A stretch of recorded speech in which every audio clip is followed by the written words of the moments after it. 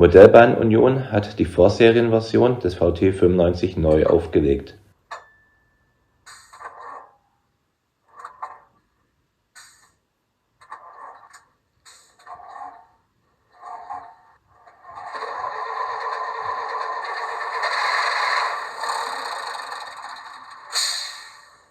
Das Modell basiert wiederum auf Formen von Brekina.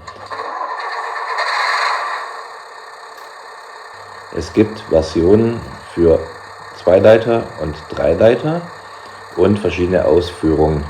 Neu ist, dass es erstmals optional auch eine Soundversion gibt. Achtung, am Gleis 1, bitte einsteigen und Türen schließen.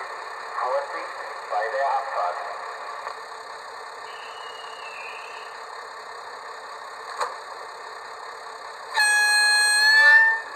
Das Modell hat mir so gut gefallen, dass ich es mir zugelegt habe und ich es heute etwas detaillierter vorstellen möchte. Ich habe mir die AC-Version mit vorinstalliertem Sound bestellt, Adresse 3. Die CC wird nicht lange so bleiben bei mir. Die Ausführung ist die VT95-911, die im Südwesten unserer Republik beheimatet war und dort getestet wurde. Machen wir den Karton einmal auf.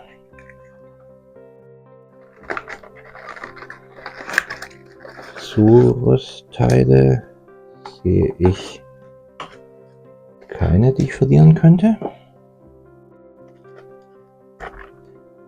Es gibt zwei Beipackzettel. Einmal eine Liste der Decoder-Funktion und eine mit der CV-Belegung des Decoders. Dazu eine sehr kompakte Gebrauchsanweisung. 14 Jahre alt bin ich. 20 Minuten in beide Richtungen einlaufen lassen, werde ich tun. Zahnräder nach 10 Stunden fetten, es ist noch nicht dran. Das Gehäuse abspreizen und abziehen. Ich liebe Kunststoffgehäuse, die abgespreizt und abgezogen werden müssen. Bitte die Ironie beachten. Decoder ist ein anderer verbaut. Abwerk, Mindestradius 360 mm habe ich. Decoder ist drin. Einige Informationen zum Vorbild.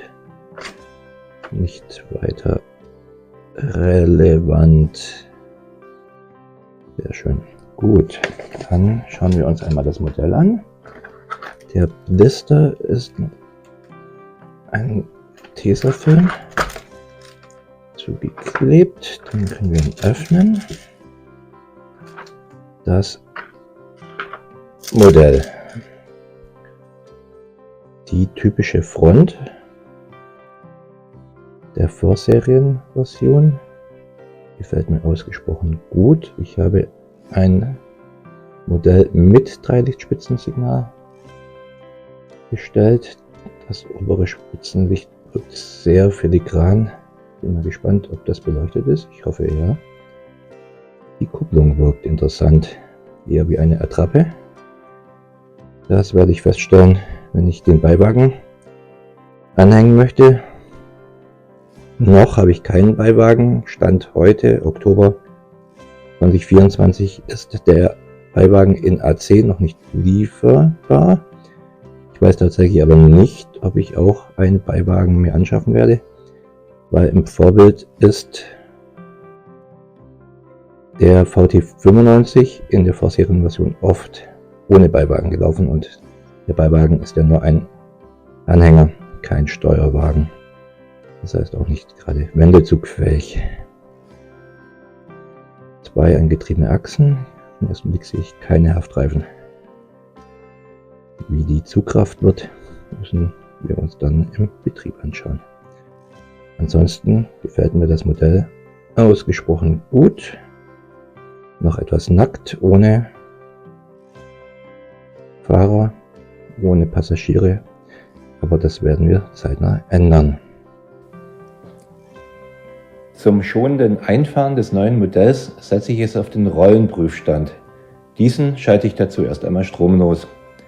Da der VT95 keine Haftreifen hat, ist es fast egal, wie herum ich ihn auf die Rollen setze.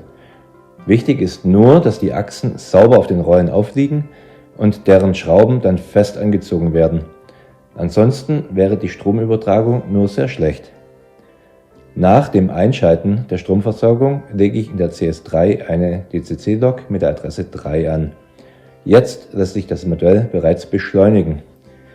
Ich stelle rein nach Bauchgefühl rund 66% der Höchstgeschwindigkeit ein.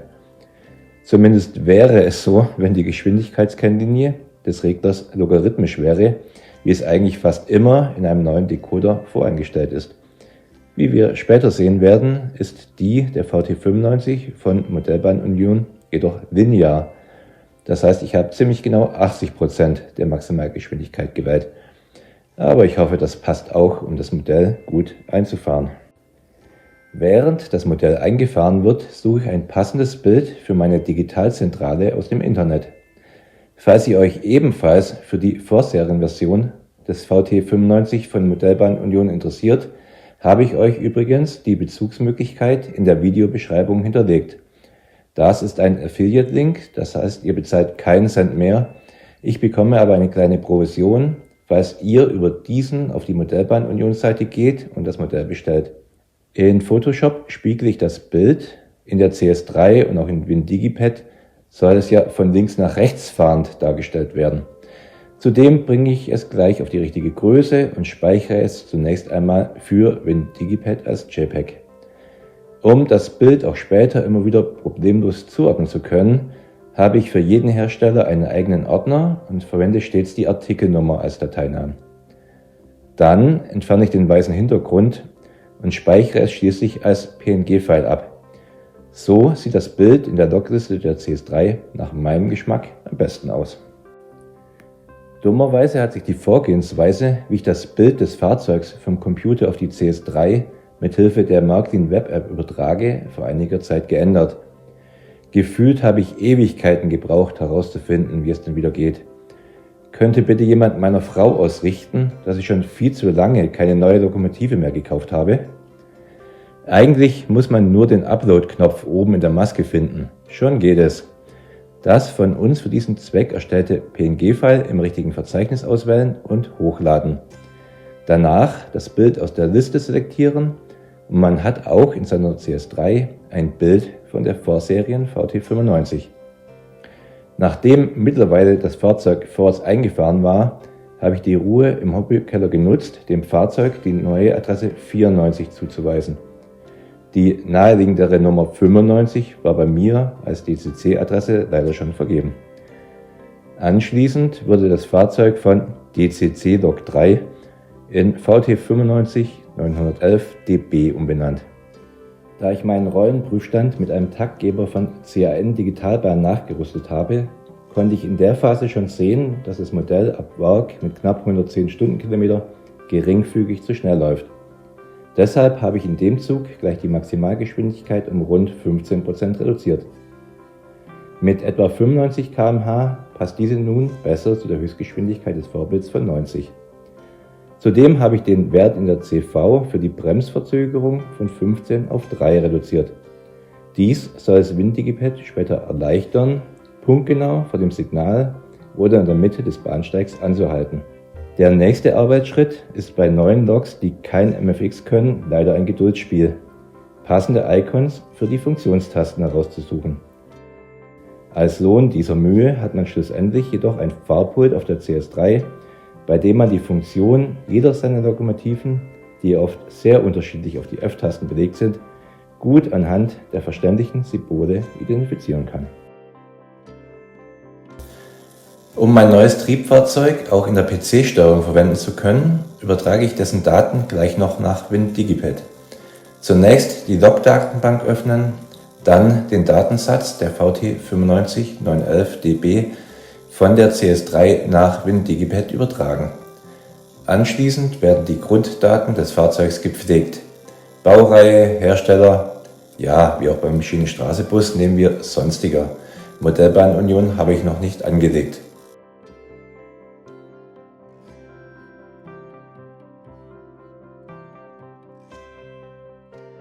Epoche, Typ, Länge etc. Dann selektieren wir auch das von uns erstellte Logbild.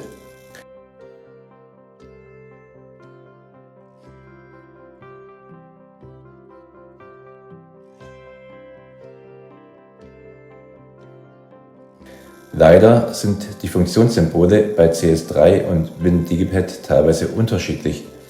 Also kontrollieren wir diese ebenfalls noch und stellen Unstimmigkeiten ab, bis auch die Icons in WinDigipad stimmen und wir später die korrekten Funktionen zielsicher auswählen können.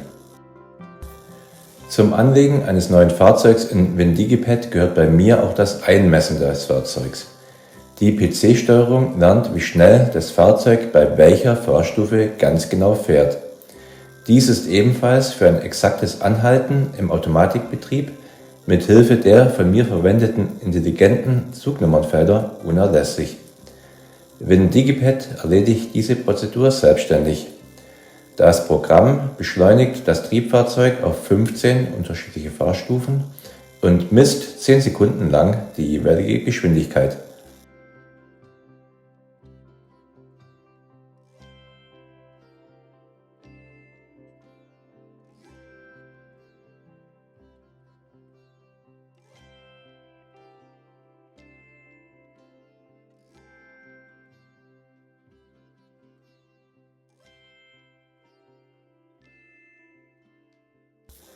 Nach dem Ablauf der vollautomatischen Prozedur korrigieren wir noch eventuelle Ausreißer und legen die erlaubte Maximalgeschwindigkeit auf 90 Stundenkilometer der Höchstgeschwindigkeit des Vorbilds fest. Auf der Nebenbahn wird der Dieseltriebwagen bei mir aber eher einmal langsamer unterwegs sein. Wahrscheinlich werden es maximal 70 Stundenkilometer sein. Dies werde ich zukünftig aber einmal mit der erlaubten Streckenhöchstgeschwindigkeit regeln.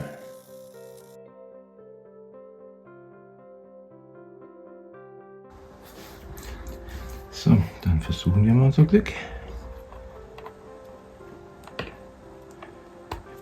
Kupplung abziehen.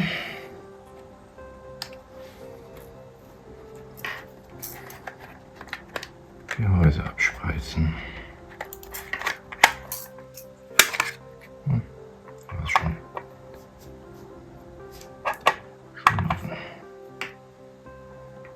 Als Triebfahrzeugführer für meinen VT95 nehme ich wieder einen Treckerfahrer von Viking.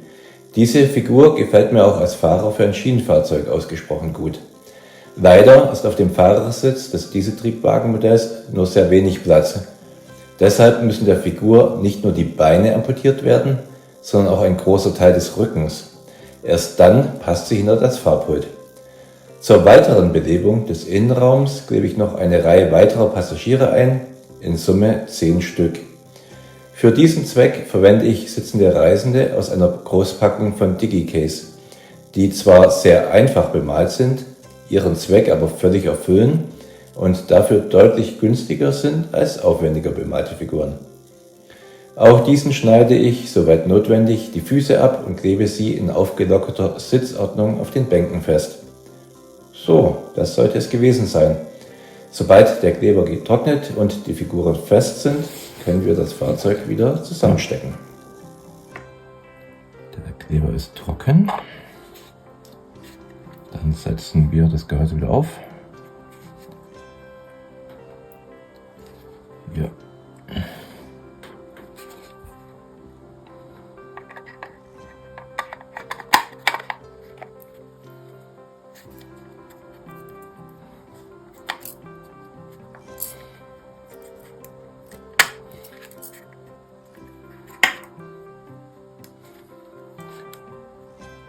So, sehr schön. Dann haben wir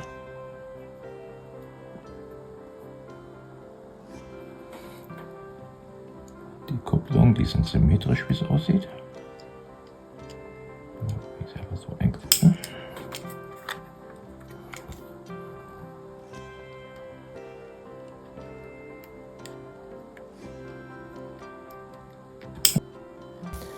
Damit sind wir nun fertig und können uns an den vielfältigen Digitalfunktionen unseres neuen Modells erfreuen. beziehungsweise es auch gleich probehalber auf unserer noch lange nicht fertigen Modellbahnanlage einsetzen. Falls euch interessiert, wie es überhaupt mit meiner Baustelle weitergeht, so lasst gerne ein Abo da oder schaut euch die anderen Videos in meiner entsprechenden Playliste an, die ich hier in einer Abspannkarte verlinke. Danke für euren Besuch und bis demnächst. Ciao und pfiat euch, euer Jörg alias 1287 Enthusiast.